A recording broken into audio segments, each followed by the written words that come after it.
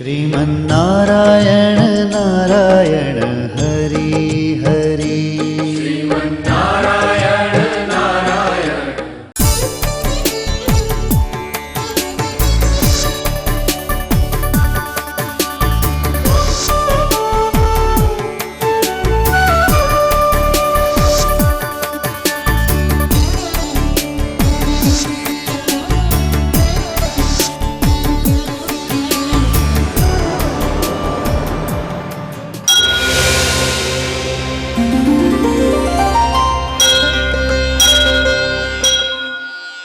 ఈ కార్యక్రమం సమర్పిస్తున్నవారు అవార్డు గ్రహీతల మొట్టమొదటి ఏకైక original Thanjavur art academy, Kalasri Thanjavur art academy, door number 1164, near Panjagutta colony signals, Srinagar colony X road నుండి 9వ బిల్డింగ్, ఇండియన్ ఓవర్సీస్ బ్యాంక్ ప్రక్కన, హైదరాబాద్ 73.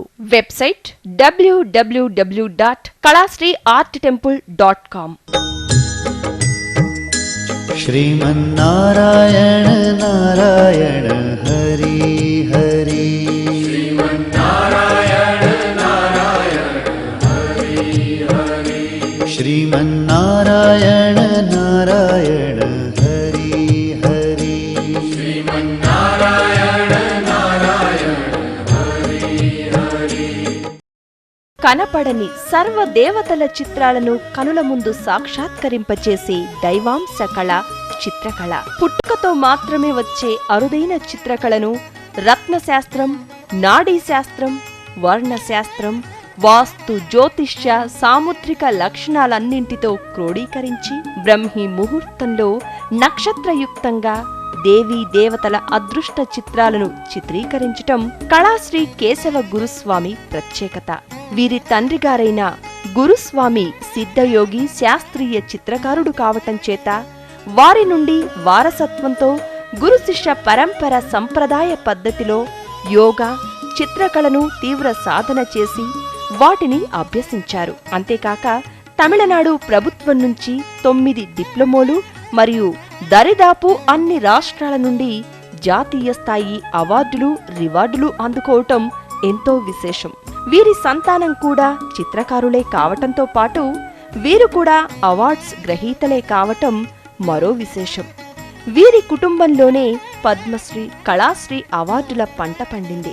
ప్రభుత్వం వారు వీరి ప్రతిభను గుర్తించి గురు శిష్య పరంపర చిత్రకళా పీఠానికి గురువుగా నియమించారు. కళాశ్రీ కేశవ గురుస్వామి చందమామ, బొమ్మరిల్లు వంటి అనేక పత్రికలకు చిత్రకారునిగా పనిచేయటమే కాక జాబిల్లి అనే మాసపత్రికకు చిత్రకారునిగా, సంపాదకుడిగా, ప్రచురణకర్తగా తన ప్రతిభ పాటవాలను ఆనాడే చాటుకున్నారు. సిరి సంపదలను ప్రసాదించే అదృష్ట వాస్తు చిత్రాలను చిత్రీకరిస్తూ వీటిలో అదృష్ట ముద్రలను, అదృష్ట సంకేతాలను జోడించి క్రోడీకరించి త్రికళా చిత్రాలను అందరి పూజా గదులలోనూ మరియు వాస్తుపరంగా దేవతల చిత్రాలను వీరికున్న అరుదైన చిత్రకళాయోగ సాధనతోనే బ్రహ్మీ ముహూర్తంలో చిత్రీకరించి అందరికీ అందచేస్తారు కళాశ్రీ కేశవ గురుస్వామి.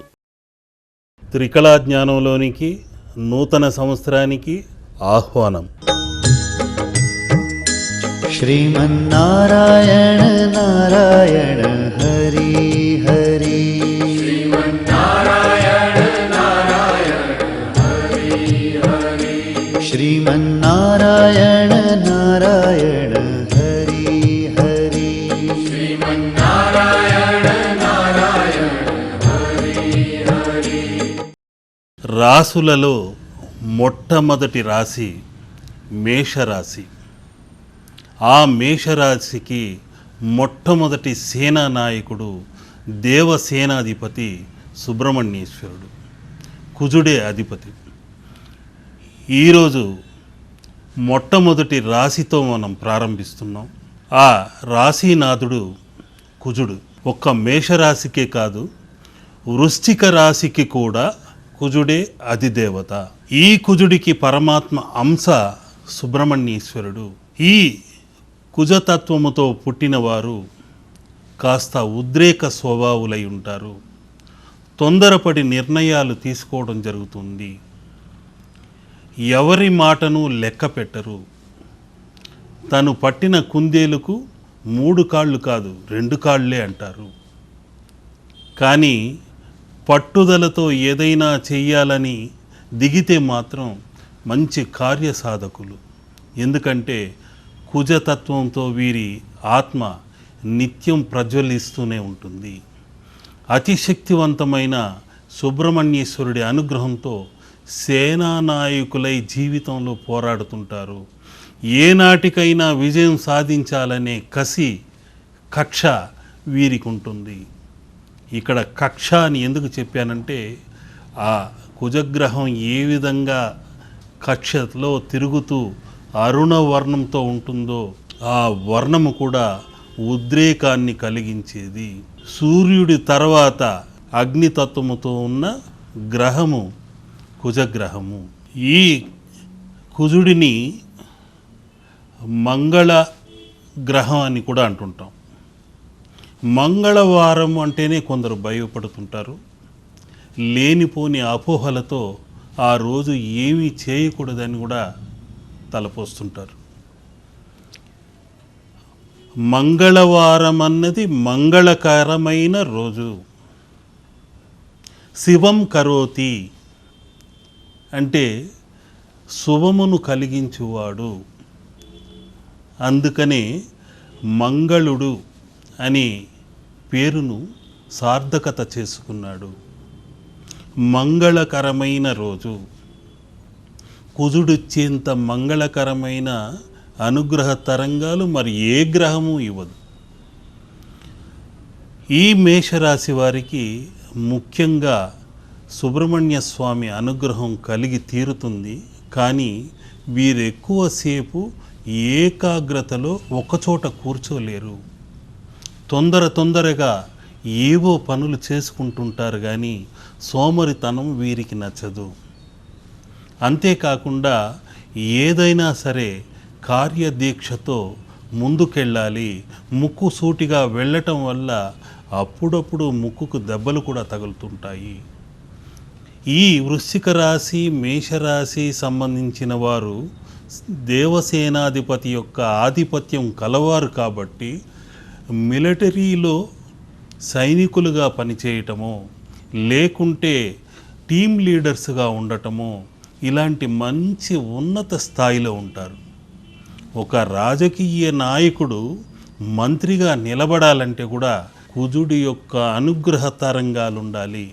అప్పుడే వాళ్ళు అక్కడున్న వారికందరికీ నాయకుడై నిలబడగలడు. అది క్షత్రియ వర్ణం ఉన్న రాశి. అది మేషరాశి ఒక్కటే కాదు, వృశ్చిక రాశి కూడా అటువంటి తత్వం కలదే. వీరు మంచి జాతి పగడాన్ని ధరిస్తే వారిని అదృష్టం వరించి తీరుతుంది. ఈ మేషరాశి వారు 6వ తారీఖు 9వ తారీఖు 3వ తారీఖు 5వ తారీఖు ఇలాంటి తారీఖుల్లో పుట్టిన వారైతే ఎర్రటి పగడం మంచిదే. కానీ 4, 7, 8 ఈ తారీఖులలో పుట్టిన వారికి ఎర్రటి పగడము అస్సలు సరిపోదు. తెల్లటి శ్వేత పగడములో గణపతిని ధరించి చూడండి. ఆ గణపతి యొక్క అనుగ్రహ తరంగాలతో ఎలాంటి విఘ్నాలు లేకుండా విజయంతో వీధిలో ముందుకు దూసుకెళ్ళగలరు. అటువంటి శక్తివంతమైన శ్వేత పగడాన్ని ధరించండి. లాకెట్టులో 8 ఆకారముతో పచ్చను కూడా కలిపి ధరిస్తే మరింత ధనాకర్షణ పెరుగుతుంది, జనాకర్షణ కలుగుతుంది, అన్నింటా విజయాన్ని సాధిస్తారు. వీరికి ముఖ్యమైన వృక్షము చండ్ర. నవగ్రహాలకు ఒక్కొక్క వృక్షము ఉంది. వీరు అప్పుడప్పుడు నెలకొక్కసారి మంగళవారం రోజు చండ్ర చెట్టును దర్శనం చేసుకొస్తేనే చాలు ఆ సుబ్రహ్మణ్యేశ్వరుడి అనుగ్రహం కలిగినట్లే. ఇక కుజుడు నాడీ శాస్త్ర ప్రకారం తీసుకుంటే రక్త ప్రసరణకు సంబంధించి తెలిపేవాడు, ఆరోగ్య కారకుడు, సోదర కారకుడు. వీరి సోదరులు ఎలా ఉంటారు, సోదరీమణులు ఎలా ఉంటారు, వీరి బుద్ధిబలం ఎలా ఉంటుందని తెలిపేదే కుజనాడి. అటువంటి శక్తివంతమైన నాడి కుజతత్వం. రక్తం యొక్క అతి పవిత్రతను త్రికోణ తత్వముతో పరిశీలించగలిగితే వారి గుణగణాలు బయటకి వస్తాయి. ఇవన్నీ నేను చెప్తున్నాను కదా అని విని కొందరు అయ్యా నాకు జాతకం చూడాలంటూ ఫోన్లు చేస్తున్నారు. నాకు జాతకాల గురించి తెలిసింది గోరంతే.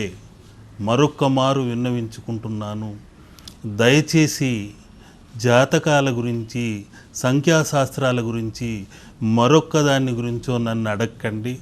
నేను చేసేది కేవలం ఇక్కడున్న నా తల్లి చాముండేశ్వరి అనుగ్రహంతో నాకందిన ముద్రల్ని అందిస్తున్నాను.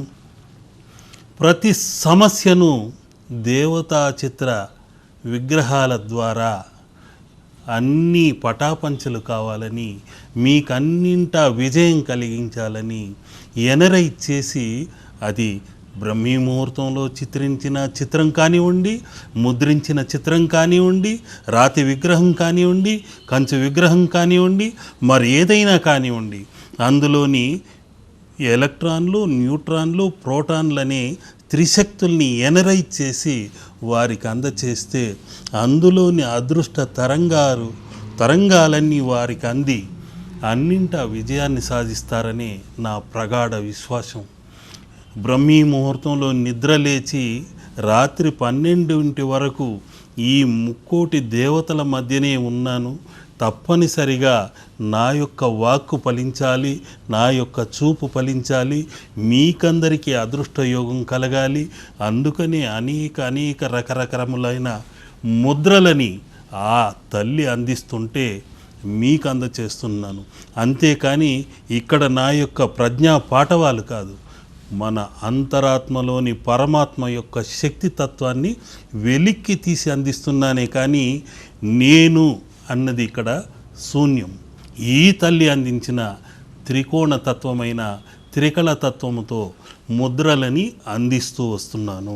ఒక వ్యక్తి వివాహం కావాలన్నా, సంతాన యోగం కావాలన్నా, భోగభాగ్యాలు అనుభవించాలన్నా ఆ సుబ్రహ్మణ్యేశ్వరుడి అనుగ్రహం కావాలి, ఆ సిరుల తల్లి అనుగ్రహం కావాలి. ఇవన్నీ కలగాలంటే చంద్రమంగళ యోగం అన్నది కావాలి. చంద్రుడు చల్లనివాడు, మంగళుడు మంగళకారకుడైన కుజుడు అగ్నితత్వం కలవాడు. ఈ రెండింటి కలయిక వల్ల అతి శక్తివంతమైన తరంగాలు మనం అందుకోగలం, మహిమాన్వితమైన శక్తి తరంగాల్ని అందుకోగలం. అందుకని ఈ చంద్రమంగళ ముద్రలో మీరు చూశారంటే ఆ సుబ్రహ్మణ్యేశ్వరుడి చక్రాలకు నాగమే ఒక భాగమై ఉంది. అదే సమయంలో ఆ నాగానికి వాహనమై నెమలి దాగి ఉంది. ఆ నెమలి ఏ విధంగా సాక్షాత్కరించబోతుందో ఆ చంద్రమంగళ యోగం ముద్రలో ఆ సుబ్రహ్మణ్యేశ్వరుడి మయూర అభయహస్తం ఎలా ఉందో మీకు దర్శనం కలిగించాలని నా ఆతృత, తపన, తపస్సు. అంతేకాకుండా ఆయన విజయ పతాకము కోడిపుంజుతో ఉంటుంది. ఈ మయూరము, కోడిపుంజు రెండు సర్పానికి బద్ధ శత్రువులే అయినా ఇక్కడ పరస్పర కలయిక ఉంది. చంద్రమంగళ యోగం అన్నది అదే. ఒకటేమో ఎర్రటి పగడము, మంగళ అన్నది వృశ్చిక రాశి వారికి, మేషరాశి వారికి పగడం. ఆ ఎర్రటి వర్ణానికి అతీతమైనది రజితం. ఆ తెల్లటి వర్ణము మంచు వర్ణముతో ఉంది. ఈ రెండింటి సంయోగముతోనే, శివశక్తుల సంయోగముతోనే అదృష్ట యోగం కలుగుతుంది. అటువంటి శక్తివంతమైన మహిమాన్వితమైన చంద్రమంగళ యోగ ముద్రని రెండవ ముద్రగా అందిస్తున్నాను.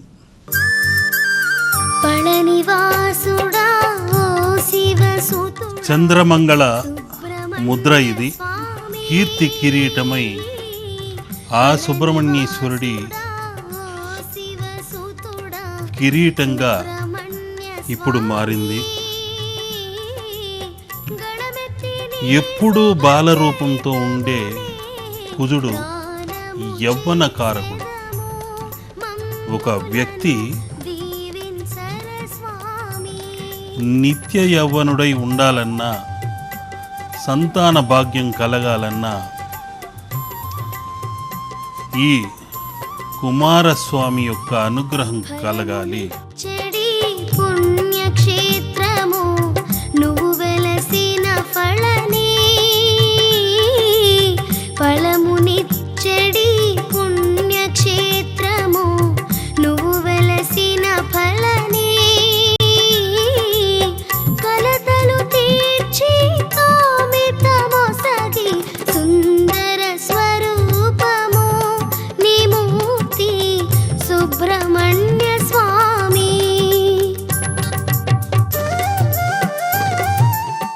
ఇక్కడున్న అభయహస్తమే ఇంకాసేపట్లో అతి శక్తివంతమైన సర్పాలని దహించి విదిలించి వేసే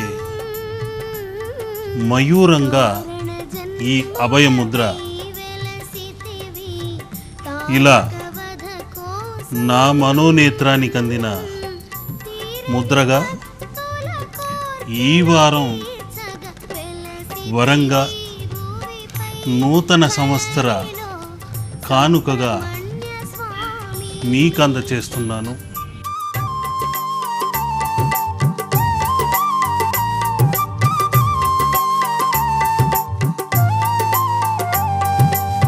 తారకాసురుడు అనురాక్షసుడు బ్రహ్మను మెప్పించి,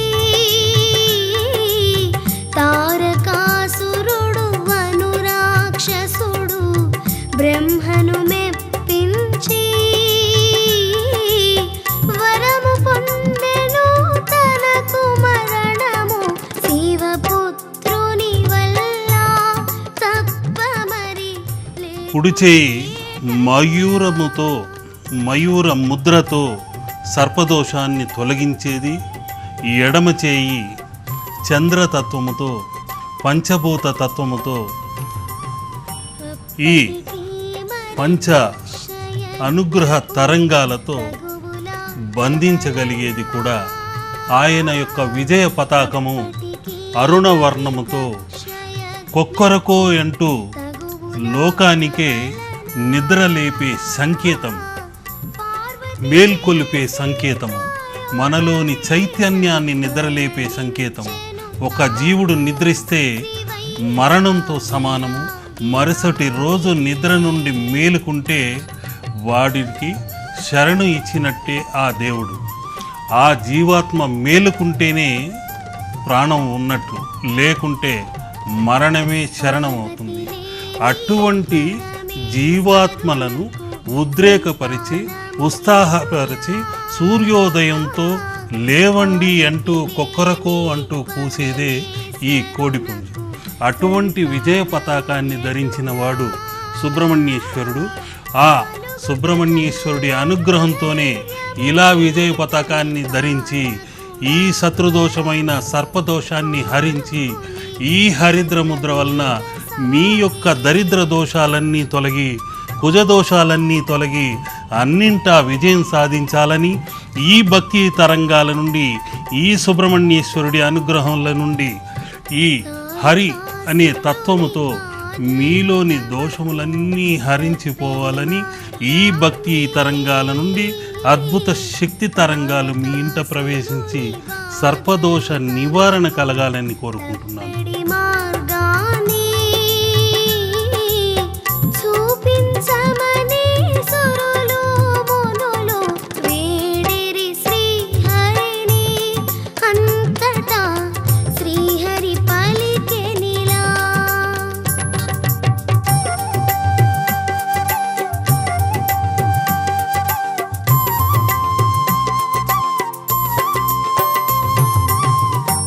పార్వతులకు కళ్యాణం జరగవలెను ఇప్పుడు. ఇక మూడవది షణ్ముఖ షట్కోణ ముద్ర. మన షట్చక్రాలకి అధిష్టాన దేవత అయి అనేక సిద్ధుల్ని అనేక రకములైన మహిమల్ని తెలియపరిచేవాడే సుబ్రహ్మణ్యేశ్వరుడు. 6 ముఖములతో ఉన్నవాడు. తేజము అన్నదానికి ప్రతిరూపము సుబ్రహ్మణ్య స్వామి. అందుకనే ఆయనను కుమర గురువు అంటుంటాం. సుబ్రహ్మణ్యేశ్వరుడు అంటే సు అంటే మంచిది, మంచి బ్రహ్మ, సుబ్రహ్మణ్యేశ్వరుడు అంటే పరమేశ్వరుడు లాంటివాడు. ఇక్కడ త్రిశక్తుల కలయికతో 6 ముఖములతో ఆ సుబ్రహ్మణ్యేశ్వరుడు శూలాయుధమున ప్రత్యక్షమవుతున్నాడు.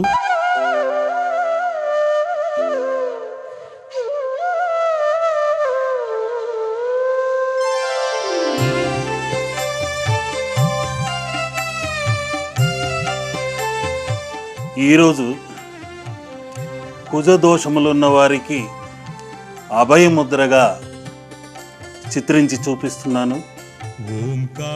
ఇలా ఊర్ధ్వముఖముగా ఉన్న కోణము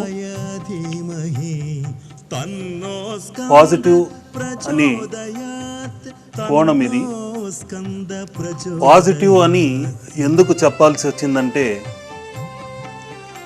ఊర్ధ్వముఖంగా జ్యోతి వెలుగుతూనే ఉంటుంది. ఆ అగ్నితత్వమే దైవశక్తి.